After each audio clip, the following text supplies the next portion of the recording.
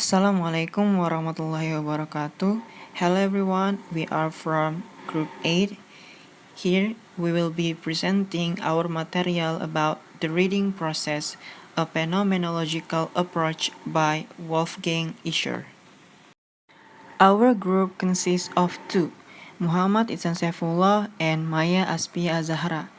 Without any further ado, let's get started. Assalamualaikum warahmatullahi wabarakatuh. My name is Muhammad Isan Shaefulloh. Here I will be explaining about two poles of literary work and how does phenomenology relate to reader experience in reading literary work. Before explaining about the material, I'd like to read the biography of Wolfgang Iser. Iser was born in Marienburg, Germany on July 22nd in 1926. He was died on January 24th in 2007 in Constance. He was a literary German scholar and is known for his reader-response criticism in literary theory. His work including The Implied Reader, The Act of Reading. Next, the two poles of a literary work. In the reading process, a phenomenological approach by Wolfgang Iser, Iser said that in considering literary work, we must take into not only the actual text, but also the action involved in responding to that text. Therefore, Iser said that literary work must have two poles, and in literary work, the two poles must lie half between them. The two poles are artistic. The artistic pole refers to the text created by author and it's the actual text. And second, aesthetic. The aesthetic pole refers to realization accomplished by reader.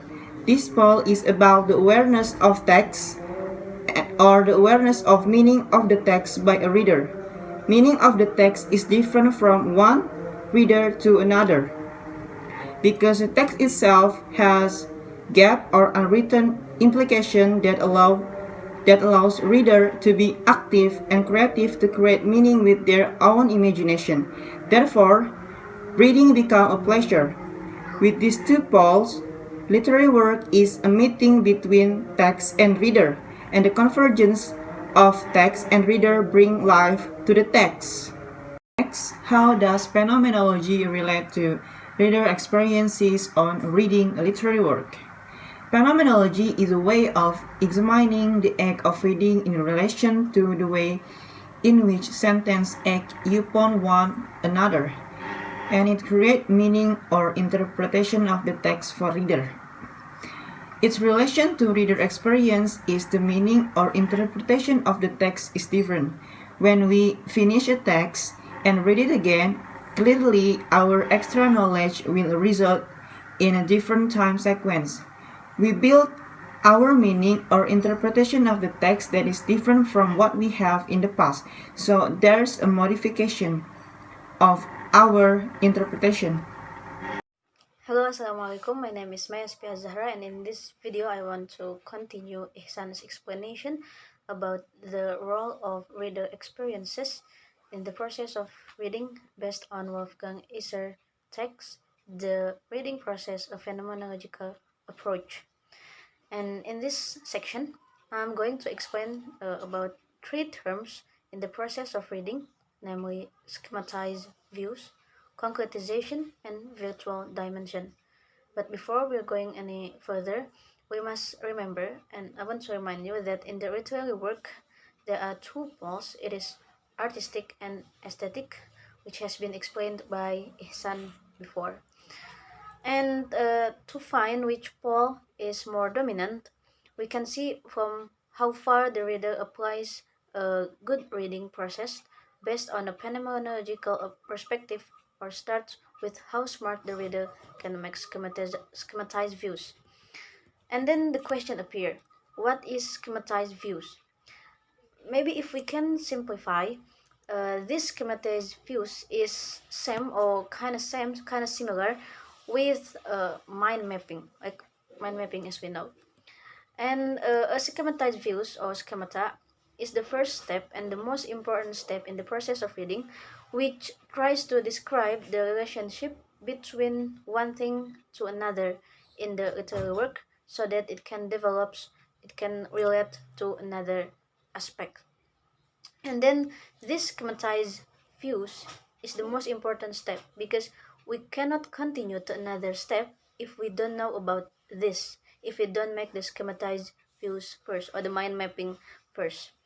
And if we already make the mind mapping or the schematized views, we can continue to another step, to another level. It is concretization. In this step, we must try to find and make sure what is the direction of the text or the literary work we read, based on the schematized views we've been made before. We have to make sure what is the direction, what the author wants to deliver in the literary work, and it is guided by our consciousness and associated between one element with another element which is more dominant. And anyway, Wolfgang Iser take this term concretization from Roman Ingarden's concretizert, which means realized. And then now the third term in the process of reading, it is virtual dimension. What is virtual dimension? The virtual dimension is a merge between two elements, schematized views and concretization. Merging these two elements produce what is called as virtual dimension. But it must be underlined that virtual dimension is not a conclusion. Then what is virtual dimension? The virtual dimension is the image or visual, or maybe we can say as impression that appears in our brain, in our mind, or that is felt as a whole after we read a literary work that is arranged in the form of writing, or it can be anything. So in Indonesia, in bahasa Indonesia, we can simplify that virtual dimension is when we can mengungkapkan kembali hasil dari apa yang kita baca. That is virtual dimension. Hope you can understand. Thank you. Okay, next slide is about anticipation and retrospection. In general, according to Wolfgang Iser, all authors who write literary works will leave blank codes in their literary works, and it is on purpose so that the readers can search for the meaning, and it is called as hiatus. And the existence of hiatus makes the anticipation and retrospection terms exist, because the process of finding the meaning of that blank codes can be done in two ways. It is anticipation and retrospection. So what is anticipation? Anticipation is how does our awareness as a reader create a variety of foreshadowing related to, for example, the journey of a character from the novel we are reading. And for example, when we read a literary work, let's say we read Harry Potter, we read page number 1, page number 2, and then until we read page number 50. In that page, something happened to Harry, like Voldemort is coming or whatever. And then we pause our reading activity, imagining what will happen on the next page, or in the page number 66, for example. That is called as anticipation. And then what is retrospection? Retrospection is the opposite of anticipation. If anticipation occurs at the beginning, then retrospection occurs at the end. If in the anticipation phase you are wondering what will happen in the page number 66, then in the retrospection phase you are already on that page you are wondering and knew what is really happening. Then after you know, you try to connect again, you read again with the real situation happened in the anticipation phase. So as conclusion, the purpose of these two, anticipation and retrospection, is to fill in the blank codes made by the authors. Textual interpretation. Textual interpretation is reader's interpretation based on written part in the text that reader is reading. So this interpretation is pure from what writer presented in the text, not from our imagination. This interpretation is gained by grouping the written text as stated by Iser. By grouping together the written parts of the text, we enable them to interact, we observe the direction in which they are leading us, and we project onto them the consistency which we as reader require. The last is about textual efficacy. Textual efficacy, as Iser stated, it is brought about by the apparent evocation and subsequent negation of the familiar. The process of this activity is at first we reject our preconceptions or something that we affirmed of assumption.